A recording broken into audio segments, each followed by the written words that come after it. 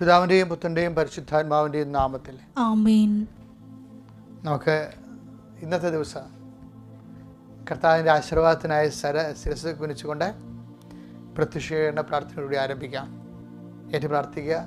അമ്മേ, പരിശുദ്ധ അമ്മേ, അമ്മേ പരിശുദ്ധ അമ്മേ, ദൈവമാതാവേ, ദൈവമാതാവേ, അങ്ങ് അങ്ങ് കൃപാസനത്തിൽ പ്രത്യക്ഷപ്പെട്ട് വരാൻ പോകുന്ന മഹാദുരന്തത്തിൽ നിന്ന് രക്ഷപ്പെടുവാനും എല്ലാവർക്കും വേണ്ടി പ്രാർത്ഥിക്കുവാനും ആവശ്യപ്പെട്ട് 20 വർഷം തികയുന്ന ഈ വേളയിൽ കൃപാസനത്തിലൂടെ ഞങ്ങൾക്കും ഞങ്ങളുടെ ദേശത്തിനും അമ്മ മധ്യസ്ഥം തേടി തന്ന എല്ലാ അനുഗ്രഹങ്ങൾക്കും കൃപകൾക്കും ഞങ്ങളിപ്പോൾ ഹൃദയം നിറഞ്ഞ നന്ദി പറയുന്നു. അമ്മേ, പരിശുദ്ധ അമ്മേ, ജപമാല മാതാവേ, സകല കൃപാസനം പ്രാർത്ഥനകളോടും ചേർത്ത് ഞങ്ങളിപ്പോൾ പ്രാർത്ഥിക്കുന്ന ഈ കുടുംബത്തിന്റെ പ്രത്യേക നിയോഗം. എൻ്റെ പ്രിയപ്പെട്ടവർ, ഇന്നത്തെ തിങ്കളാഴ്ച ഒക്ടോബർ 21 തീയതിയായ ഇന്നത്തെ നമ്മുടെ പ്രത്യേകമായ എല്ലാ ഇടപാടുകൾ, നമ്മുടെ യാത്രകൾ, നമ്മുടെ ആശങ്കകൾ, ഇന്ന സ്ഥലത്ത് പോയി ശരിയാകുമോ, അവരെ സാധിച്ചു തരുമോ, ആൾക്കാരെ കാണാൻ പറ്റുമോ, വിചാരിക്കുന്ന ആൾക്കാരെ കാണാൻ പറ്റുമോ, ഇങ്ങനെ ഓരോരോ ആശങ്കകളില്ലേ. അവർ കണ്ടാലും ഞാൻ എന്ത് പറയണം അവരോട്, അവരെന്ത് ചോദിക്കാം. ഇപ്പോൾ ഇൻ്റർവ്യൂവിന് പോകുന്നവരെ, ടെസ്റ്റിന് പോകുന്നത്, പരീക്ഷയ്ക്ക് പോകുന്നവർ,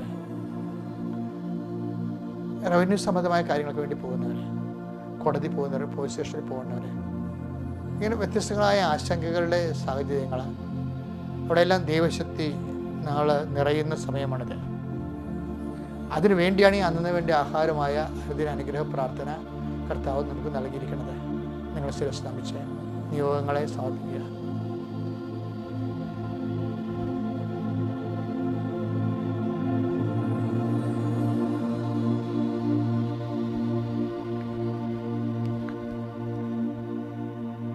പ്രാർത്ഥിക്കുക. ഈ നിയോഗങ്ങളെല്ലാം അമ്മയുടെ പ്രത്യക്ഷീകരണത്തിന്റെ ഈ ദശകവേളയിൽ ഞങ്ങൾക്ക് സാധിച്ചു തരുവാൻ കനിയണമേ. സർവശക്തനായ പിതാവും ആകാശത്തിൻ്റെയും ഭൂമിയുടെയും സൃഷ്ടാവുമായ ദൈവത്തിൽ ഞാൻ വിശ്വസിക്കുന്നു. അവിടുത്തെ ഏകപുത്രനും ഞങ്ങളുടെ കർത്താവുമായ ഈശോ മിശിഹായിലും ഞാൻ വിശ്വസിക്കുന്നു.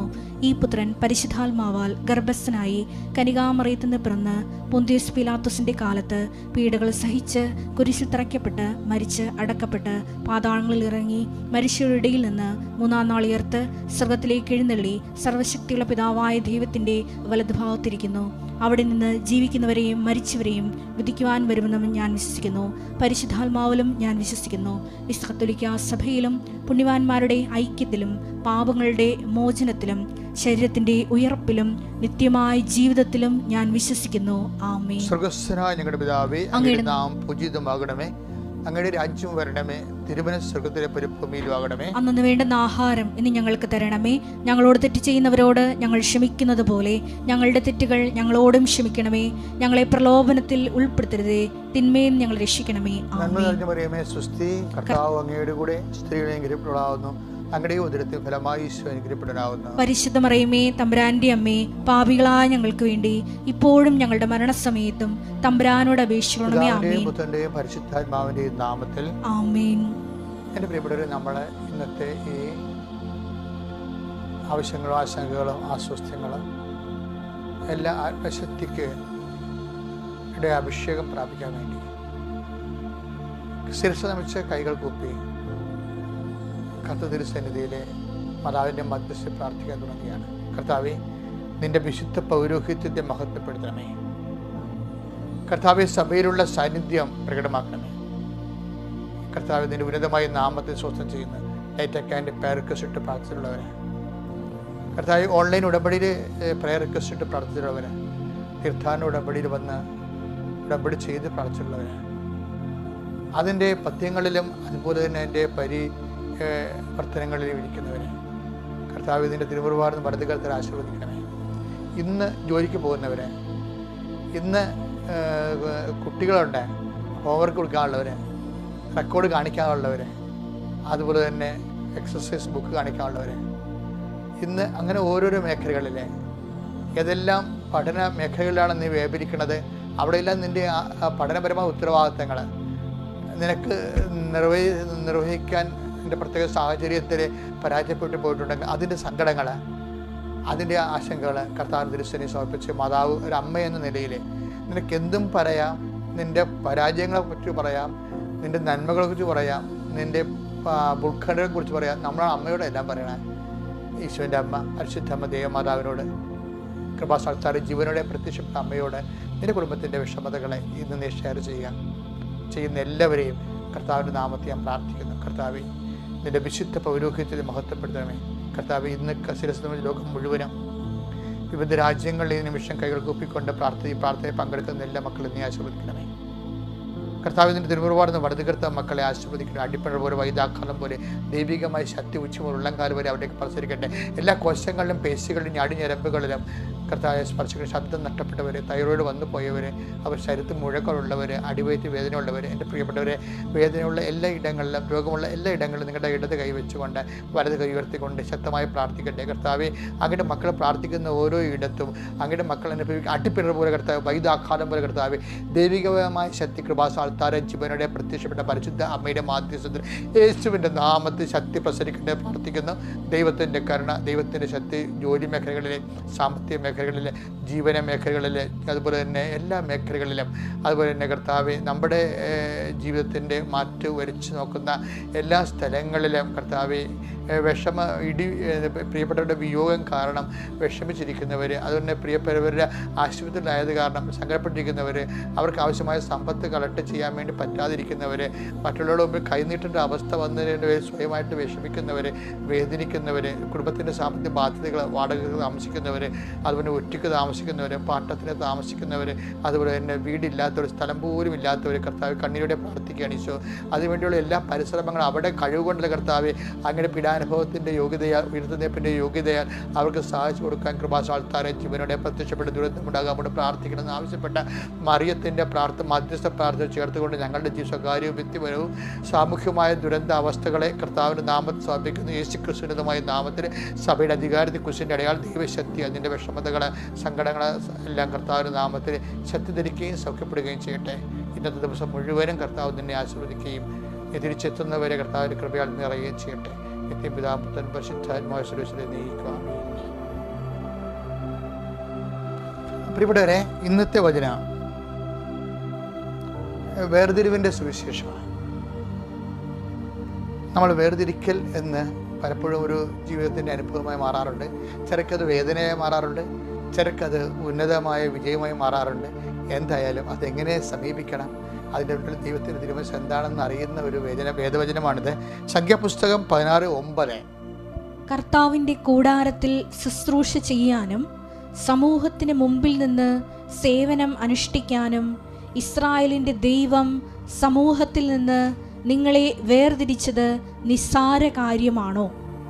അതായത് വേർതിരിവ് ചില സമയത്ത് ഗുണത്തിനോ, ചിലപ്പോൾ ദോഷത്തിനോ, ചിലപ്പോൾ വിജയത്തിനോ, ചിലപ്പോൾ വേദനയ്ക്കോ, ഏതായാലും ഈ ഒരു വിഷയം നമ്മൾ അഭിമുഖീകരിക്കാറുണ്ട് പലപ്പോഴും. പക്ഷേ പലപ്പോഴും വേർതിരിവ് നമ്മൾ അനുഭവിക്കുമ്പോൾ നമുക്ക് വേദനയായിട്ടാണ് അത് അനുഭവിക്കുന്ന ആൾക്കാർ. പക്ഷേ സുവിശേഷത്തിലെ വേർതിരിവെന്ന് പറഞ്ഞു കഴിഞ്ഞാൽ ഒരു തിരഞ്ഞെടുപ്പാണ് ദൈവത്തിൻ്റെ. ദൈവം തിരഞ്ഞെടുക്കണം. ഞാൻ കഴിഞ്ഞ ദിവസങ്ങളിൽ നിങ്ങളോട് പറഞ്ഞില്ലേ, അതായത് ഈ ശിശുവിനെ പോലെ ചെറുതാകുന്നവനാണ് സ്വർഗ്ഗരാജ്യത്തിലെ വലിയവൻ എന്ന് പറഞ്ഞപ്പോൾ ഞാൻ നിങ്ങൾ എന്താ പറഞ്ഞത്? ചെറുതാകുന്നത് പോലെ തന്നെയുള്ള ഒരു സംരംഭമാണ്, ഒരു അനുഭവമാണ് ചെറുതാക്കപ്പെടുന്നത്. നമ്മൾ ചെറുതാക്കപ്പെടുക എന്ന് വെച്ച് കഴിഞ്ഞാൽ ദൈവമാണ് അങ്ങനെ ആക്കണത്. എന്തിനാ? നമ്മൾ ഉയർത്താൻ വേണ്ടി ദൈവത്തിന് നടപടിക്രമമാണ്. ആധ്യാത്മികമായ സുവിശേഷവിഹിതമായ ഒരു പ്രവർത്തനമാണത്. അതുപോലെ തന്നെയാണ് ഇത്. അതായത് വേർതിരിക്കുക എന്ന് പറഞ്ഞാലും അത് വേർതിരിവ് ചിലപ്പോൾ വ്യക്തികളിൽ നിന്ന് അനുഭവിക്കാം, ചിലപ്പോൾ സ്ഥാപനത്തിൽ നിന്ന് അനുഭവിക്കാം, ചിലപ്പോൾ സ്വന്തം കുടുംബത്തിൽ നിന്ന് വേർതിരിവ് അനുഭവിക്കാം. ചിലക്ക് വന്ന് എൻ്റെ അടുക്ക് സങ്കടം പറയും, എൻ്റെ അച്ഛ സ്ഥലം ഭാഗിച്ചപ്പോൾ അത് പെങ്ങന്മക്കൾക്ക് കൂടുതൽ ഓഹരി കൊടുത്തു, അവൾക്ക് നല്ല കാശ് കൊടുത്ത് കെട്ടിയതാണ്, പക്ഷേ എൻ്റെ ഓഹരി കൂടി കൊടുത്തു. എന്നാൽ എൻ്റെ അധ്വാനമാണ് ഈ കുടുംബത്തിലുണ്ടായിരുന്ന മുഴുവനും. അത് പറയാനോ അളക്കാനോ അതിൻ്റെ കണക്ക് കാണിക്കാനോ ആർക്കും കഴിഞ്ഞില്ല. ഞാൻ എഴുതി വെച്ചിട്ടുമില്ല. അപ്പനും അമ്മയ്ക്കും കുടുംബത്തിനും കുഞ്ഞുങ്ങൾക്കും വേണ്ടി അനിയന്മാർക്ക് കുടപ്പുറന്മാർക്ക് കൊണ്ട് ചിലവാക്കിയത് ആരോട് കാണിക്കാനാണ് വെച്ചാൽ. അപ്പോൾ ഇങ്ങനെ പരമാർത്ഥ ഹൃദയർ ശരിക്കും ചില സമയത്ത് വഞ്ചിക്കപ്പെടുകയോ അറിഞ്ഞോ അറിയാതെയോ അങ്ങനെ ഒരു അനുഭവം ഉണ്ടാകാം. പക്ഷേ അനുഭവം ഉണ്ടാകുമ്പോൾ ദൈവ പൈതൽ എന്ത് ചെയ്യുന്നറിയാമോ? ദൈവ പൈതൽ നമുക്കറിയാമല്ലോ, നമ്മളെ തോക്കണമെങ്കിൽ ദൈവം നമ്മളെ തോൽപ്പിക്കണം. മനുഷ്യൻ തോൽപ്പിച്ചിട്ട് കാര്യമൊന്നുമില്ല. ദൈവ പൈതൽ തോക്കാത്തതിൻ്റെ കാരണം വെച്ച് കഴിഞ്ഞാൽ ചിലപ്പോൾ കുടുംബത്തിൽ തന്നെയുള്ളവരായിരിക്കും നമ്മുടെ ശത്രു ഈശോ പറഞ്ഞിട്ടില്ലേ. അപ്പോൾ എവിടുന്ന് നമുക്ക് പണി കിട്ടാം? അപ്പോൾ എവിടുന്ന് കുടുംബത്തിൽ തന്നെ ഉള്ളവരായിരിക്കും നിങ്ങളുടെ ശത്രു എന്ന് പറയുമ്പോൾ അതിൻ്റെ അർത്ഥം എന്താണ് പറയുന്നത്? ഈശോ പറയാതെ പറയുന്ന കാര്യം എന്താണ്? എവിടുന്നും ദൈവമെതിരെ നിനക്ക് പണി കിട്ടാം. അത് വെച്ച് കഴിഞ്ഞാൽ അതുകൊണ്ട് തന്നെയാണ് ദൈവം ഒരു മനുഷ്യനെ തോൽപ്പിച്ചാൽ മാത്രമേ നമ്മൾ തോറ്റു കൊടുക്കാവൂ. അല്ലെങ്കിൽ വരാവുന്ന എല്ലാ ഉച്ചനീചത്വവും പക്ഷഭേദവും വേർതിരിവുമെല്ലാം ദൈവഭാഗത്തെ പരിപാലനയുടെ ഭാഗമായിട്ട് എടുക്കുന്നവരുണ്ട്. അവർക്ക് ഇത് വെച്ചുകൊണ്ട് ഭയങ്കരമായ രീതിയിൽ സ്കോർ ചെയ്യണ കാണാം. ആധ്യാത്മികത എന്ന് പറയുന്നത് ഭയങ്കരമായി ഈ നെഗറ്റീവ് അനുഭവങ്ങളിൽ നിന്നുള്ള പോസിറ്റീവ് സ്കോറിംഗ് എന്ന് പറയുന്നത് സുവിശേഷത്തിൻ്റെ ഒരു തനത് സംഭാവനയാണ് മനുഷ്യരാശിക്കുള്ള. അതാണ് ഈ വേർതിരിപ്പിനെ കുറിച്ച് പിന്നെ പറയണത് എവിടെയാണെന്ന് അറിയാവോ? അതായത് ലേവ്യരെ വേർതിരിച്ചില്ലേ? അതായത് സംഖ്യാപുസ്തകം 8:6 വായിച്ച്, ലേവ്യരെ ജനങ്ങളുടെ ഇടയിൽ നിന്ന് വേർതിരിച്ച് ശുദ്ധീകരിക്കുക. അതന്നെ. അപ്പോൾ ലേവ്യരെന്ന് പറയുമ്പോൾ ദൈവത്തിൻ്റെ ഒരു ഭാഗമായിട്ട് 12 ഗോത്രങ്ങളുണ്ട്. പക്ഷേ എന്താ സംഭവിച്ചിരിക്കുന്നത് വെച്ച് കഴിഞ്ഞാൽ അവർക്കൊരു വേർതിരിവ് അനുഭവിച്ചവരെ. കാര്യം അവർക്ക് ഓഹരി കിട്ടിയേ ഇല്ല. ഇസ്രായേൽ ഗോത്രത്തിന് 12 ഗോത്രങ്ങളെ ഇസ്രായേൽ രാജ്യം വിഭജിച്ചപ്പോൾ അവരുടെ ഒരംശമില്ല. പക്ഷേ കർത്താവ് അവരോട് പറഞ്ഞത് എന്താണെന്ന് അറിയാമോ? അത് വായിക്കണമെങ്കിൽ സംഖ്യ 18:20 വായിച്ചേ. കർത്താവ് അഹരോനോട് അരുളി ചെയ്തു, ഇസ്രായേലിൽ നിനക്ക് ഭൂമി അവകാശമായി ലഭിക്കുകയില്ല. അവരെ പോലെ നിനക്ക് ഓഹരിയും ഉണ്ടായിരിക്കുകയില്ല. ഞാനാണ് നിന്റെ അവകാശവും ഓഹരിയും. ഇത് കണ്ടില്ലേ? ഇത് ഒരു ജനകോടികളുടെ ആധ്യാത്മിക അനുഭവമാണ്. എന്ന് വെച്ച് കഴിഞ്ഞാൽ നമുക്കൊരു വേർതിരിവ് അനുഭവിച്ചു എന്ന് കണ്ടാൽ നമ്മൾ വേർതിരിച്ചവരുടെ മൂക്കിനിട്ട് ഇടിക്കാൻ വേണ്ടി നിങ്ങൾ ഉടനെ വടിയും പഴുകയും എടുത്ത് പോകേണ്ട കാര്യമില്ല. മറിച്ച് അത് അക്കൗണ്ട് കാര്യം ഓവർ ചെയ്യണം. എന്താണ് അത്? കർത്താവിൻ്റെ പേജിലായിട്ട് എഴുതി കൂട്ടണം. അത് എൻ്റെ നാമത്തിൽ സ്വീകരിക്കണമെന്ന് പറഞ്ഞാൽ എൻ്റെ ശിശുവിനെ എൻ്റെ നാമത്തിൽ സ്വീകരിക്കുന്ന എന്നെ സ്വീകരിക്കുന്നു. ഈ വേർതിരിവ് പക്ഷഭേദമായാലും ശരി, ഉച്ചനീചത്വമായാലും ശരി, അത് കർത്താവിൻ്റെ നാമത്തിൽ സ്വീകരിച്ചിട്ട് കർത്താവിൻ്റെ വഴിയെ പോയി കഴിഞ്ഞാൽ അവകാശം ഭൂമിയല്ല, പിന്നെന്താണ്? കർത്താവ് തന്നെയായിരിക്കും നമ്മുടെ അവകാശം.